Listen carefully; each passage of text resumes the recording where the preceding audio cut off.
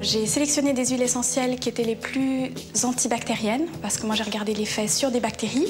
Je les ai sélectionnées comme on le fait dans la technique médicale, c'est-à-dire avec des antibiogrammes adaptés pour les huiles essentielles, des aromatogrammes.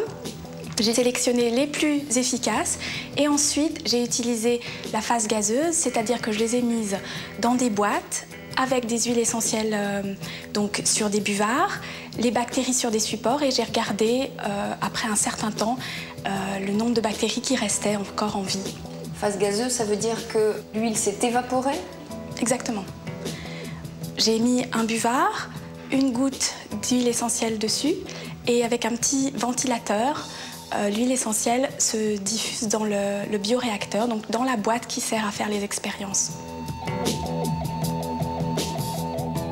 Quand la phase gazeuse des huiles essentielles a fait son effet, vous voyez en transparence, il n'y a aucune bactérie.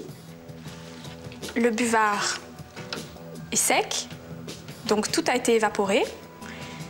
Et je vais vous montrer par comparaison le témoin, c'est-à-dire la même expérience qui a été réalisée sans huile essentielle. Les bactéries sont tuées. Et c'est ça qui nous intéresse en fait. Alors vous êtes scientifique. Est-ce que vous pouvez envisager que dans l'avenir, l'huile essentielle remplace l'antibiotique dans la lutte contre le staphylocoque? Alors moi j'adorerais ça, ce serait vraiment un rêve. Et en même temps c'est un rêve qui peut être une réalité puisque les huiles essentielles sont vraiment actives contre les bactéries qui résistent, en particulier le staphylocoque doré.